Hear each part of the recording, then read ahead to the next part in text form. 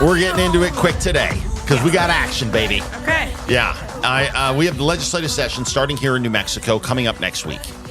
And there are a variety of bills that I think demonstrate exactly the type of leadership you don't want. And so we want to get into this because I picked out 3 examples, and we're going to dive into them right out of the chute and take a really deep dive on these 3 examples. And the hope is here to give you a better understanding of some of what's happening and why it's a real concern. And you see it, even if you're not in New Mexico, you see it in legislatures all across the country. And it's when they put their own political ideology ahead of the good of the people of their state. They hate their political opponents more than they love the people they represent. It's devastating. And we're seeing it in spades here in the state of New Mexico. And I hope our legislators have the wisdom to say, wait a minute, and to pull some of this back. That's what we're hoping. But I want to bring 3 of these examples up because if we don't talk about this kind of stuff, it happens in some ways in anonymity. And so you don't really see what happens. And then all of a sudden this stuff passes and you go, how in the world is the state of New Mexico as dangerous as it is? How in the world is the state of New Mexico such a difficult place to do business? This is how we're going to point out these examples. Mm-hmm. And then we'll have some other national stuff going after that. We'll get into some more details on a few other things. But I want to start, and you're not going to believe this, I want to start by complimenting someone named Gavin Newsom as an example of something here. Now, as many of you know, we are not huge fans of Gavin Newsom. However, occasionally you see someone stand up and say, wait a minute, if we pass this bill, whatever it is, it's going to kill my state. And I don't care what political party you're in. You see it and you go, I'm not going to do this. Even when people from my own party tell me I need to, even when I see we have a major budget problem that I helped create, I'm not going to continue down this terrible road. So I want to start with an example of what happens when you see a leader, even from the other party, stand up and say, yikes, wait a minute. And again, I'm not saying Gavin Newsom's great. I'm not saying I'm a Gavin Newsom fan at all. But I'm just saying in this particular case, you have a governor who said, if we do this, this is devastating. Go for it. And I also wonder his motivation behind it. I mean, here's a guy that's going to maybe run for the presidency, right? The nominee. I'm just wondering if he thinks this might hurt him if this passes on a national scale. I think this is a catastrophic bill for his state, and it will devastate his state. Well, absolutely, but it also wouldn't help him in a run for I don't think him going after billionaires would hurt him in a national election. I actually don't. Okay. I actually think it could help him in that, but he realizes he does this. The type of money that will flee the state of California will be absolutely devastating. Okay, well, he's vowing to stop proposed billionaire tax in California. Governor Gavin Newsom vowed on Monday to stop a proposed wealth tax in California, saying that its mere introduction had already hurt the state by driving some billionaires to relocate and take their tax dollars with them. Mr. Newsom, a Democrat, said in an interview with the New York Times that he had been relentlessly working behind the scenes against the proposal and that he would fight the measure if it reached the November ballot. Quote, this will be defeated. There's no question in my mind, Mr. Newsom said. I'll do what I have to do to protect the state, he added.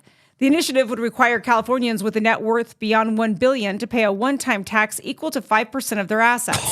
It would apply retroactively to anyone who was living in California as of January 1. We call that the clawback, by the way. Yeah, the old clawback. And taxpayers could spread their payments across 5 years starting in 2027. Okay.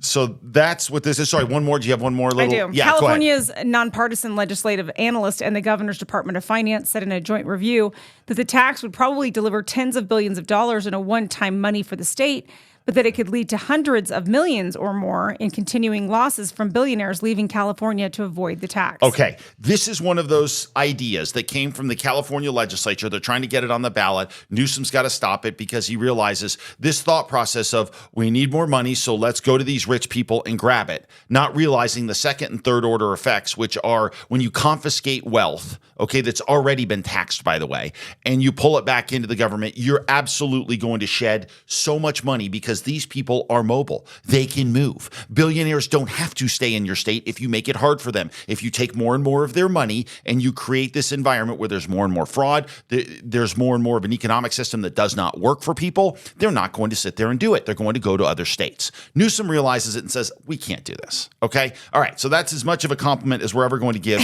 Gavin Newsom. Okay? He at least was smart enough to look at this and say, this is crazy, right? This is nuts. This will hurt my state. Okay, here come our three examples, three bills that are going up in front of the New Mexico legislature that have got some support that we are very concerned about, and they ignore the good of the people of the state of New Mexico for political reasons of the legislature. And it cannot happen. Okay, so I want to start with the fact that we talk about net zero all the time now. And what we've seen is in Europe, they have realized, oh my gosh, we can't do this, right? The net zero craze in Europe has come to a crashing halt because it's crashing their economies. It is raising the price of energy so high they cannot afford it. And we've seen places like Germany and the UK collapse over it. Okay, so look at some of these headlines. Number one, right here, the UK government walks back on key climate pledges, right? Uh-oh, look out. Next headline, right here, let's get to it right here. Britain paying the highest electricity prices in the world as net zero costs rise. You can't do this, okay? You cannot do this. You cannot create hurdles where you go and create energy that is so expensive you price out your people. And basically, you remove oil and gas, and you try to do renewables, and you raise taxes on oil and gas. You do everything that all flows down to the low-income and middle-income family, and they're crushed. Mm-hmm. You can't do it. Okay, and we've talked about what you've got to do. We have an energy crisis in the world, okay? It's going to take nuclear power to get us out of it. We have to grow our way out of the energy problem. Okay, you can't cut emissions. You're not going to be able to do that. The way you're going to be able to cut emissions is to invest in nuclear and explode it. That's what you have to do. There's no choice anymore. There is no, we can cut our emissions down and not use this, not use that. We are in an energy crisis with AI. We're in an energy crisis with data centers. We don't have a choice. Okay, so this whole thing of you can just cut these things down, cut emissions down, you can't. Well, yeah, okay? Germany blew up their last nuclear plant tower while the economy collapsed under their net zero energy policies. So there's a devastating situation right there. Right. That's in a real life example. You're exactly right. And the investment dollars. What's happening with the investment dollars that go into the global climate clean tech situation, right? Take a look right here. Now you see the numbers, they stay fairly flatline, but in about 2020, money just skyrocketed into these programs, right? Look, net zero, pouring all this money, the Biden administration wasting tens of billions of dollars into this over and over again. But look what's happened over the past couple of years. The numbers have collapsed. They've absolutely collapsed. Why? Because people know you can't do it. We do not live in this world anymore where it's like, well, we can cut our energy, we can go ahead and tax oil and gas extra and extra. You don't have a choice. You don't have enough energy. Families are already getting crushed. Okay? So this whole thing, the world is going in one direction. But the legislature in the state of New Mexico may go in another. Our friend Mimi Stewart has decided that she's going to introduce a bill for the second year in a row. Okay? This is a part of a draft bill that she's going to introduce in the New Mexico legislature. We've talked about this on the show before because the name of it alone is just fantastic. It's Clear Horizons bill. Right. And they're always euphemistically named. Yeah. Right? I mean, who's not for Clear Horizons? Yeah. Hello. Yeah. We all love Clear Horizons. But what is it going to do? So I want you to look at clip number 2 here, and you can just read some of what they're trying to do. And again, they have these massive net zero goals. Okay, and here it is. Statewide greenhouse gas emissions shall be limited by 2030, 45% less than in 2005. And you go to 2040, at least 75% less than 2005 levels. Now, make no mistake, even if we were to hit these goals, even if it cost nothing, okay, even if it was free to hit these goals, it will make zero difference climate-wise. Nothing. You're not going to bring temperatures down a scintilla of a degree with this bill. Nothing. It's not going to help anything. And by 2050, they want it completely 100% down by 2005 levels. What this will do is it will take energy prices in the state of New Mexico and skyrocket them. It will make it very, very difficult, if not impossible, for oil and gas to function in a state where they're 50% of our budget. It's a suicide bill. It's a terrible idea. Okay, you can't do this. Do you think that she just doesn't understand what the consequence would be? Or do you think that she's just so married to her clean energy madness that she can't relinquish they're married to an ideology they don't want to give up. Right, and they don't really understand. When things shift on the ground, it changes. Yeah, and they just don't understand that? I don't know. Have they not had a meeting with any energy, like anybody that's in the AI business or data center businesses or oil and gas, oil and gas folks or our state budget? Have they not looked at that? Right, and I do think you don't hear the governor commenting on this because this could be a Newsom situation where the governor's like, yeah, we can't do that. Like I see where the budget is. I see how much oil and gas money we bring in. I see what's happening with energy and our needs. We can't do it. So I don't know what the governor's doing on this. And on top of the fact that even if they did do this, it wouldn't increase our. It would be absolutely nothing. I mean, China's like, you know what I mean? Like they don't care. Yeah. Like no. So here's what I would say to Mimi Stewart. It's like, look, Mimi, there's a way to fix this. Go out there and go out and sit down with your friends in the legislature, sit down with the governor and say, let's commit to nuclear power. Let's get in here. And if you don't like what oil and gas is doing, even though it's been an absolute boon and huge for the state of New Mexico, and nobody does it cleaner and better than we do with oil and gas, even if you don't agree with me on that, go and make sure that we are the nuclear hub of the West. Do it. That will give you your zero, emissions power that we desperately need. Okay, small modular reactors, continue to invest in fusion. We've got to do all these things at a frightening rate. Okay, this can all be done, but not with this. This will crater New Mexico's economy. It will be devastating. It will take individual families and raise the amount of money they're paying for electricity to a point where it will be crippling. Yeah. I pray she doesn't get away with it. I pray she doesn't do it. I pray she has an epiphany. I'm hoping. I mean, she's no fan of mine, clearly. We know that. But I'm hoping she'll do this, right? But that's example number one. That is heading over a cliff financially, and it will do nothing for the people of the state of New Mexico. Absolutely nothing. So please, if you want to invest in clean energy, go for nuclear. As a state, sit down and figure it out and go for it. Okay. That's example number one. Okay, example number two, this has definitely been making headlines across the country, which we've talked about on this show several times in the last week with situations that are brewing in Minneapolis. This one now is Peter Wirth would rather send Trump a little message.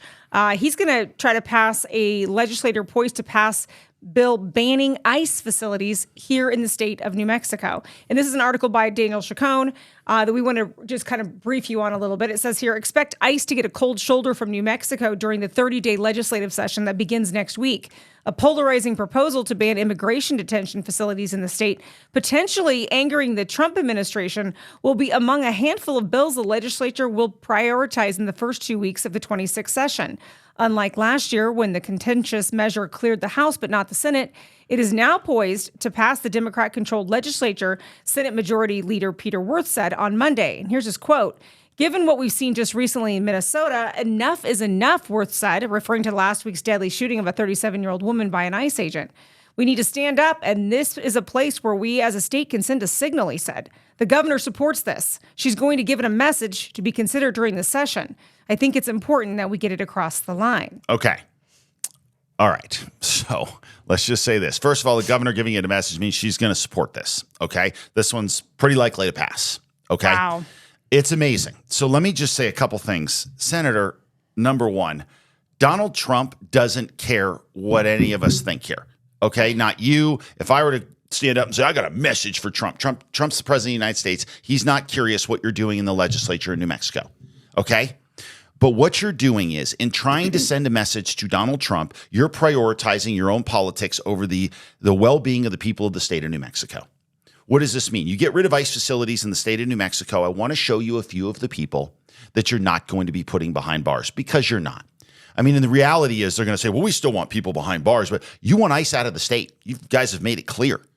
Okay. As a sanctuary state, we're not going to be checking on some of these folks as it is. Exactly so right. Really we already make it hard, right? Yeah, we already make it hard to catch the criminals and keep them either if they need to be deported because they're here illegally and they're creating violent crimes. You've shut that down with your sanctuary city policies. Yeah. So on top of that, now you're saying, hey, now that federal agents are the ones that can do this, and I believe the mayor said, oh, no. We're not getting in the way of what the federal government needs to do. He has said that numerous times in press conferences, although the sanctuary city policies goes directly against that. So again. And so what he's saying is we don't want any detention facilities here. So in other words, you're going to end up, whether you're going to say it explicitly or not, you're going to end up leaving these people on the street. So who are we talking about? Well, let's give you a couple examples here. Number one, ICE arrests a Tren gang member and a Venezuela fugitive wanted on weapons charges. Here he is right here. An illegal alien Tren gang member was arrested and in his ICE custody following an arrest in August 20th in Albuquerque. As an active warrant for his arrest in Bogota, Colombia, where he was sentenced to 7 years for trafficking and illegal firearms. And Bustamante Sanchez, 27, was arrested after New Mexico State police officers recognized his vehicle and one matching the description reportedly stolen and conducted in a traffic stop. ICE Homeland Security Investigations special agents and enforcement removal operations officers responded to the scene. Okay, I don't want that to happen anymore.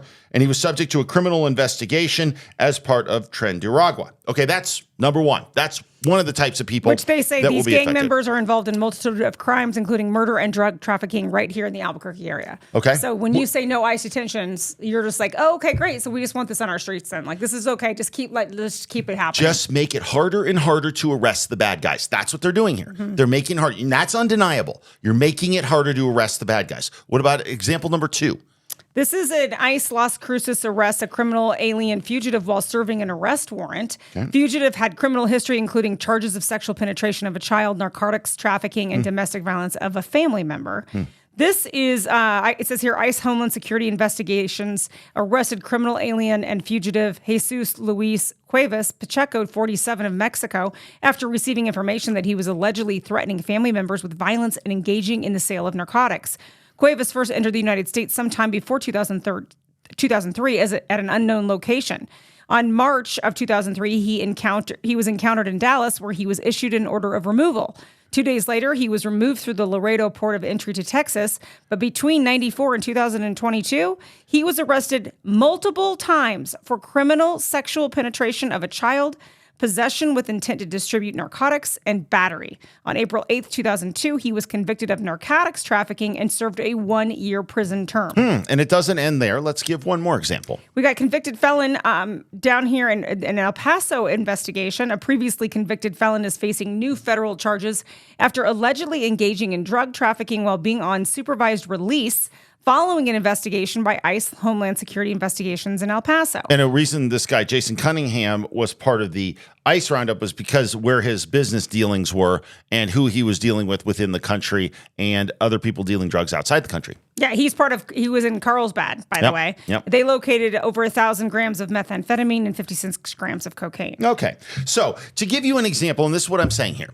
So for Peter Wirth and a lot of the senators in the New Mexico Senate, the problem is this, that the people who are going to feel the biggest impact of people like this on the streets not being arrested and making it harder for law enforcement in the state of New Mexico, and we are the most violent state in the country. Okay, we're the most violent state in the country because we have legislators who prioritize politics over people. And in this particular case, that's what we're getting. And so this is going to get passed, and all of a sudden we're going to make some big stand. Okay, you're going to make some big stand, and you're going to say, hey, we're standing up to Donald Trump. Well, guess what? Donald Trump doesn't care because he doesn't have to deal with you.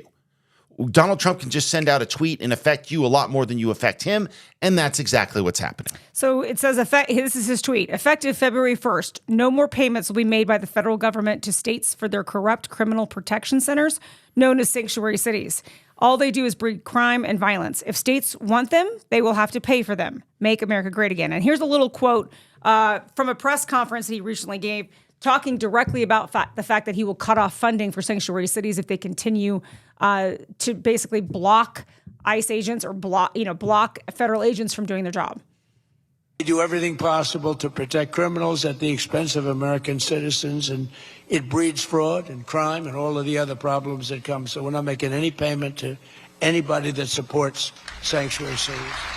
Okay, so not only do we have a situation where we have legislators who, again, the real pain in this decision is it isn't even that it's all a political decision.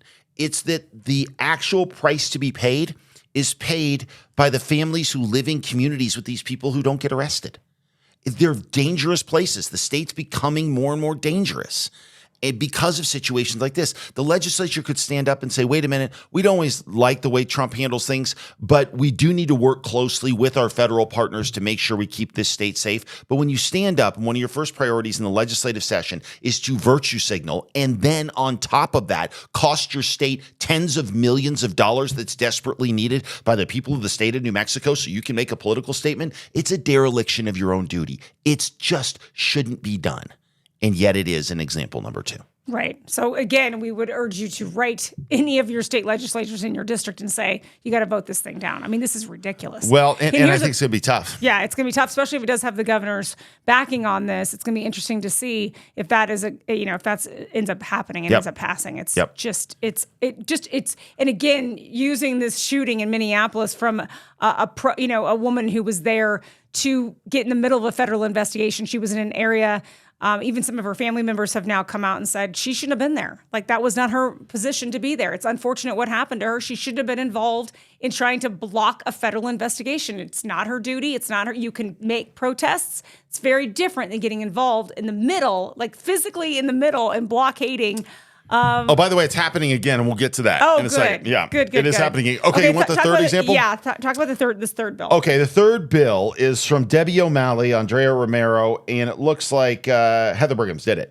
And so this is a gun bill, okay? And this is a bill that regularly in the state of New Mexico, they run bills which are just completely and totally unconstitutional. And they violate the Second Amendment, and it's always entertaining to watch the head of the Senate Judiciary Committee in the state of New Mexico, Joe Cervantes, inform his colleagues on how unconstitutional these bills are when they bring them up. And half the time, they'll bring up a bill out of another state altogether. They'll just stuff it in there and they say, well, how about this one? And Cervantes will look at it and go, have you considered the fact that lines 4 through 6 are a violation of the New Mexico Civil Rights Act? Have you considered that? And they're like, oh, yeah, we'll pull that then. No, we don't want to do that. Yeah. Like, it's a clown show. Well, it's like, have these people, did they not take ninth grade civics? Did they not have to go and maybe do an understanding of the New Mexico Constitution or the U.S. Constitution? Both, right? Both have protections. Before you actually are sworn in. Maybe it's like a test that you have to take. I mean, maybe that's what they should be passing. We might not be sending our best. So let me just say this. I'm shocked. Okay, that so let's get to this. And it's subsection number 7 was the one that you're going to hear the most about. Okay. And basically, subsection number 7 bans a massive amount of guns, especially guns even used by women for self-protection. Sporting guns, all will be gone. This is a gun ban bill. It's got a lot of other stuff it's dressed up with, but it's effectively a gun ban bill. And you can just read part of section 7. And I want to explain it as it goes as well. So start right at the top at section 7. A new section of chapter 30, article 7. Yep. Okay.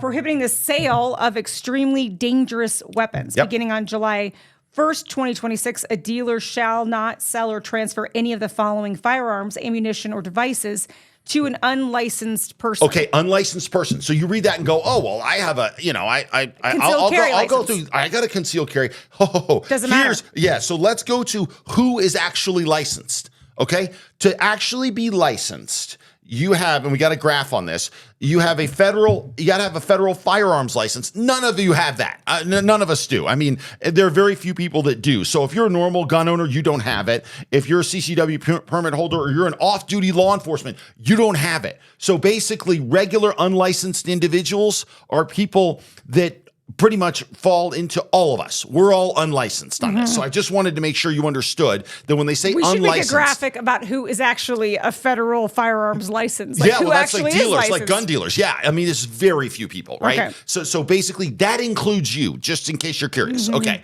keep on going. The restriction on rounds is huge. It's also saying that a 10-round limit would take most weapons used for personal protection of women off the market. The way it's listed is it says a detachable magazine that holds more than 10 rounds of ammunition would be not permitted. Banned. You couldn't buy it. So it's for a 50 caliber rifle, a 50 caliber cartridge, a gas operated semi-automatic firearm that can accept a detachable magazine. Hold on. Okay, that is a common handgun. Okay, so let's go to the next graphic here. So just so you know, when these things are brought in and you don't spend a little time looking into it, just to give you an idea, standard Glock holds 15 rounds. Can't buy it. Gone. You can't do it. And that is what most women use for protection, by the way. You can use all different sorts. I mean, so this is one of those. So this is a gun ban bill. That's exactly what this is. What's so maddening about these things, Mark, other than the fact that they're not constitutional, is the fact that it's not like the criminals are going to come in and hand in their guns. No. They're going to get the guns anyway. Like that. This is the dumbest thing. It doesn't actually, it makes us less safe because we can't protect ourselves. like, or if you do protect yourself, then you're the ones that are committing the crime, right? Oh, absolutely. I mean, No, you're exactly right. This happens. And so you sit there and say, let's take the most violent state in the country and take law-abiding citizens and pull guns out of their hands. Because that's what you're basically going to do. Yeah, and you're any not. sporting rifle, by the way, is gone. Yeah. You don't get that either. And there's no hunting. Okay. So then I started to wonder. You do not get to, you don't get to protect yourself at all. And if you really think that all the criminals and all the gangster guys are going to be like, yeah, no problem. Here's my gun. I'll just hand it in freely. And if you think they're going to a gun dealer to buy their weapons, they're not. That's not what's happening. No, so they're not at all. So then I started to wonder, okay, so where did this come from? Knowing what I've watched in the legislature on occasion here, and they just run bills from other states. Right. Where did this bill come from? Well, a lot of the information in this bill comes from the Go Safe Act. It's a federal firearms act, right? That's basically a federal gun grab, which hasn't passed either. But Colorado is also where they help pull this from, by judging by the language that's used here. So I decided to do a little comparison of the two. This bill is even worse than Colorado's bill, and here is why. By the way, Colorado's bill is currently in litigation. They're being sued for it. Okay, but Colorado's is different because Colorado has some semi-automatic firearms restrictions now. It's similar to what we're talking about in New Mexico, but theirs is different because you can still buy those weapons in Colorado if you do certain things. you have a training course completed and you get your firearm safety eligibility card. Okay, so then you have to jump through hoops, but at least there's still a path to buy that gun in Colorado. If you look at New Mexico and the example, dealers can't sell them. They can't even run the background check to do any of it. Yeah, no, they will not sell it to any you. gun with a detachable mag. Over 10 over 10 rounds. Yep. or gas-operated semi-automatic guns, which, like Mark said, if you've done any research, that's basically I'm pretty much any Glock that's out there. Like there's a ton of handguns. These guys, I mean, that is massive amounts of it. Is just absolutely is completely and totally unconstitutional. Instead of potentially doing some legislation about people that are arrested, violent offenders that have guns on them, and maybe making that a mandatory sentence in jail or prison because they had the this gun, maybe that's where they should be spending this energy instead of trying to take the guns away from the law-abiding citizens that are not out shooting things up. I mean, just a mere thought. I know it's, There's no doubt. There's no question. Shocking. So it is. So that's where those are the three examples why I want to take a deep dive on the eve of the legislative session here. Stay engaged on this stuff. Talk to your legislators. Look, I don't know many of these legislators, especially on the Democratic side. I don't know them well. I wonder why. Well, some of them are fans, I mean, obviously, but at the same time, I hope they make the right decision. I hope some of this stuff just doesn't get. I just help the state of New Mexico because I'm sick of seeing stories like the next one that popped terrible. up on Channel 7. So again, this came in from on KOAT. It's Wallet Hub, which is a pretty common group that does lots of different surveys, and every single year they come out with information about investment stuff too. Yeah, investment stuff. Where is now the worst state to raise a child? Where's basically the worst state to be a family? I hate to say this because it's not great news, but New Mexico, we are now named the worst state to raise a child. So take a listen to this because it has a lot of information in it. New Mexico is the worst place to raise a family in the U.S., according to a new study from Wallet Hub, our state scoring 32 points out of 100 total. Choosing where to raise your family has so many implications across your financial life. Wallet Hub releases this report every year, saying it has a whole team who works on studies like this, pulling data from government databases as well as trusted national organizations. We're trying to put some real thought into it. The report is broken down by rankings in health and safety, education and childcare, affordability, socioeconomics, and family fun. New Mexico ranking 47th nationally in health and safety, 50th in education and childcare, 40th in affordability, 46th in socioeconomics, and 39th in family fun. Okay, so our point on this is just that we got challenges. We can fix and address these challenges, but stop getting sidetracked by things that are either political statements or don't improve the lives of New Mexicans. That's the bottom line. Yeah, I mean, if you want to seeing stuff like this, stop driving our state into the ground. By the way, it's just maddening. Okay, famous actor Timothy Busfield was arrested here in Bernalillo County and charged with child sex abuse in connection to his work here back in 2024 when he was directing the show The Cleaning Lady. Timothy Busfield was booked into the Metropolitan Detention Center. The Emmy Award-winning actor is facing felony charges of child abuse and 2 counts of criminal sexual contact of a minor under 13, according to the criminal complaint filed Friday in Bernalillo County Metropolitan Court. The abuse allegedly happened during the filming of the television series The Cleaning Lady, which Busfield directed and produced. The complaint places the alleged abuse at Cinelise Studios, which is off of Interstate 25, between 2023 and 2024. Albuquerque police say during their investigation, Warner Brothers, quote, made it very difficult to obtain information for this case. Police said the studio, quote, waited almost 3 months to comply with a court order to hand over its independent investigation into the allegations, which found no wrongdoing. That last paragraph to me is horrifying.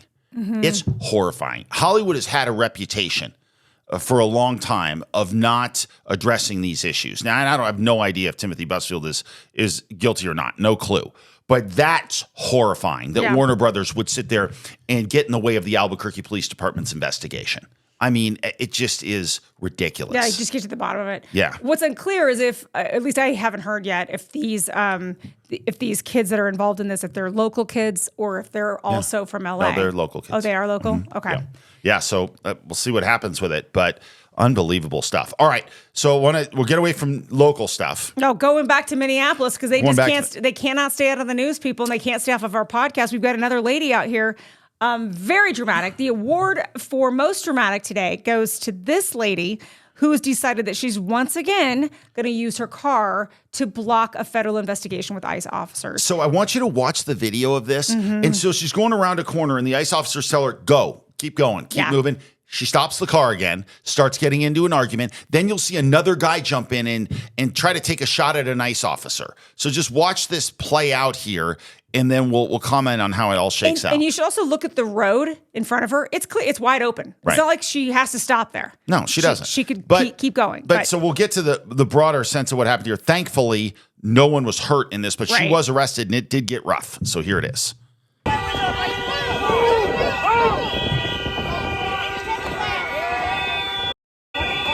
Okay, they're trying to get her out. They're yelling back. See this guy right here? He's pushing ICE officers. Right there. It's like, get out of there. Stop. Just move your car along.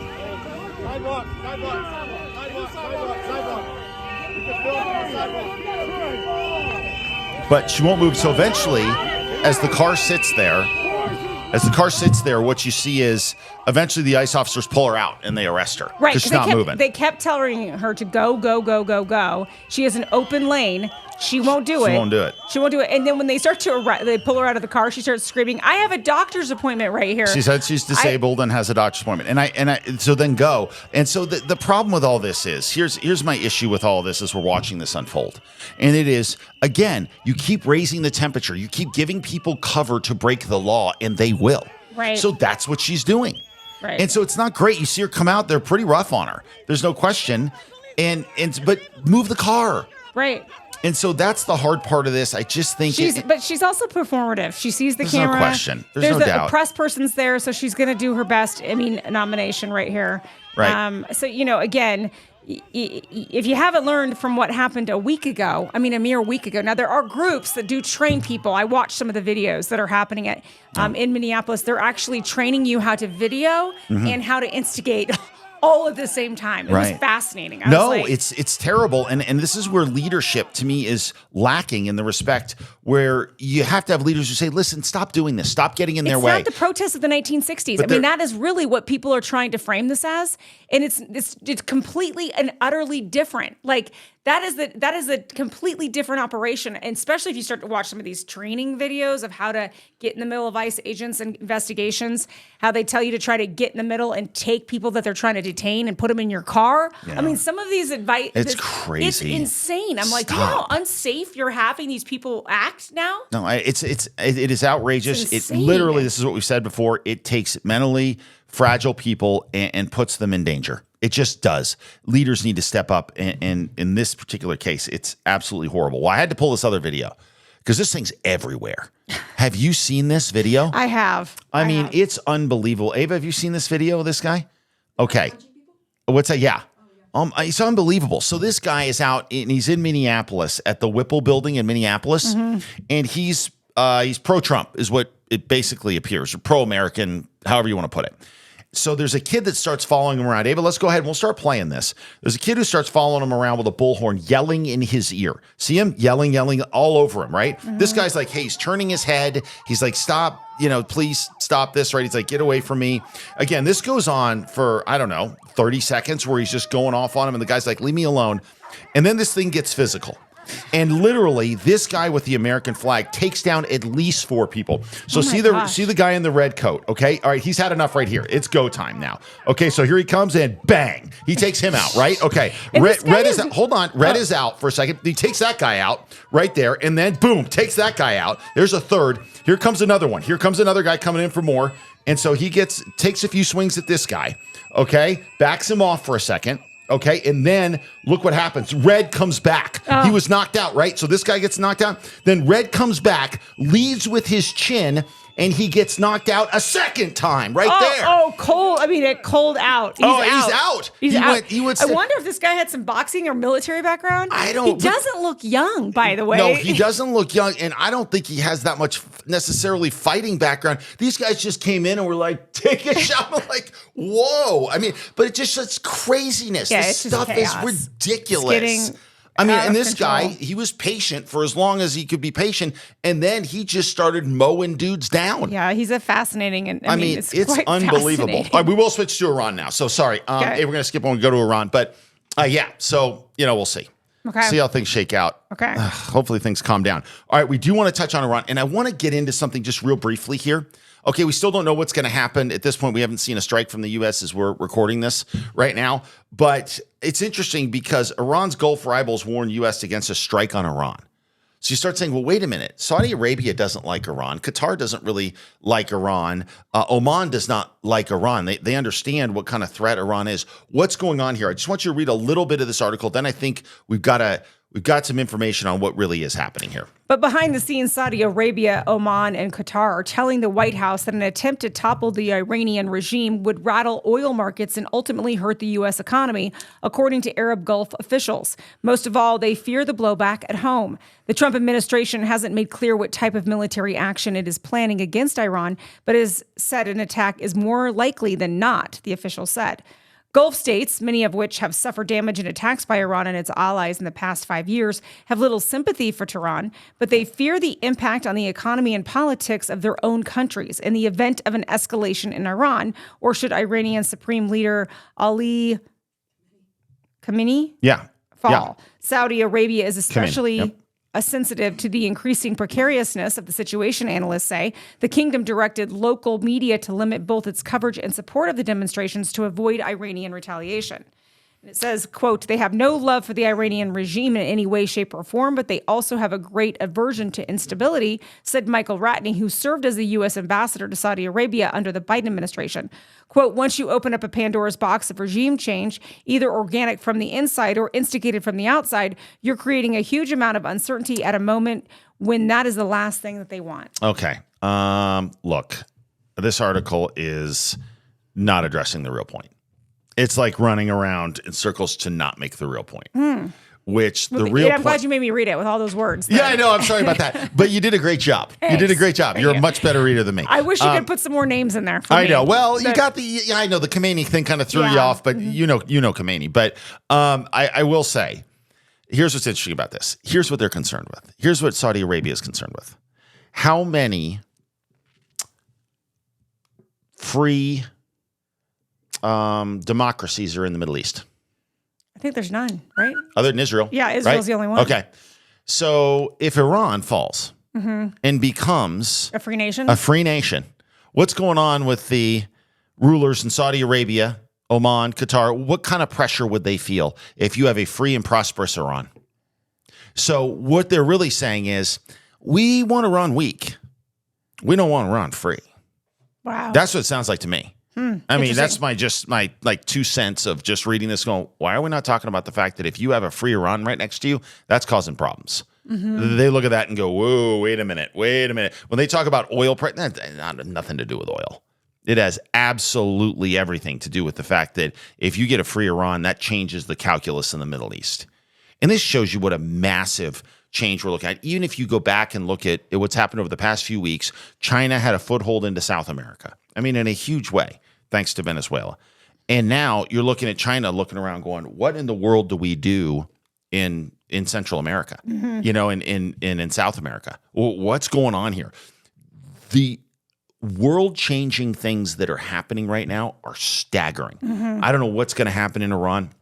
Some estimates rather are that there's 20,000 people that have been killed by the regime. I mean, just devastating. What does the United States do? Does Trump try to strike and push it over the top? It's an incredible opportunity, but at the same time, that's going to come with its own risks. Yeah. And you look at it and you just look at the consequential times that we're in right now. And I don't know that I've lived through a time since the Cold War, probably. Right. I was going to say, you're looking at Greenland too, and those negotiations. So that's another thing that's going on. We don't have it in today, but Greenland, basically, Marco Rubio and J.D. Vance met with the Greenlanders and said, basically, we need significant control over Greenland. I think there's a way to work out that we can have what we need in Greenland, and the Greenlanders can keep their autonomy, and yet still the United States can have a massive presence there in not only in a military sense, but also in a rare earth mineral sense. I mean, the people of Greenland will be enriched by it, but you got to be careful. I think you don't want to Bigfoot these things the way they are.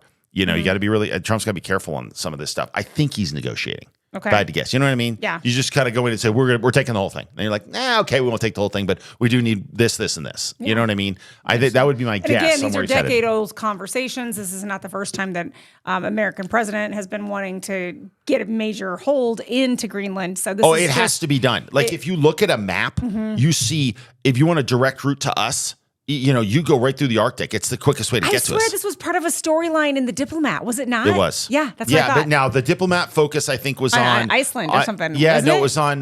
Was it Ireland or was it? But it was one of the islands in the UK. And like the president had to come in and explain it. To Kerry Russell's character of being the ambassador. Like, why do we care so much about having a presence here? And they were like, let me explain how this works. Yeah. And it was like boom, boom, boom, boom, boom. I don't know. It's I know it's absolutely not the same true. story, but it is weird that the Jack Ryan story that we watched that too about the Venezuelan. That's kind of this stuff isn't unknowable. These guys in Hollywood, crazy. they do some research. They know it. I mean, it's not. This stuff isn't unknowable. And the other thing is, we used to have a lot more bases in Greenland than we do. So that's going to get boosted way up, right? I mean, that's just got to be done. I think everybody knows where we have to end up. It doesn't necessarily have to be with the United States owning Greenland. Right. Or I don't think anyway. We'll see. I mean, I don't know. I don't know. Right. But at least it is going to be an interesting negotiation back and forth. And I think what you're seeing is Trump posturing a bit just to get the best results possible for the country if he can. Okay. Thank you guys so much for spending some time with us. Please like and subscribe and go to our website if you'd like to sign up for our email, make a donation to the show, or find out more information about the No Doubt About It podcast. We appreciate you spending some time with us. God bless, and we'll see you back here later this week. You've been listening to the No Doubt About It podcast. We hope you've enjoyed the show. We know we had a blast. Make sure to like, rate, and review. We'll be back soon, but in the meantime, you can find us on Instagram and Facebook at No Doubt About It Podcast. No doubt about it. The No Doubt About It Podcast is a Choose Adventure Media production. See you next time on No Doubt About It. There is no doubt about it.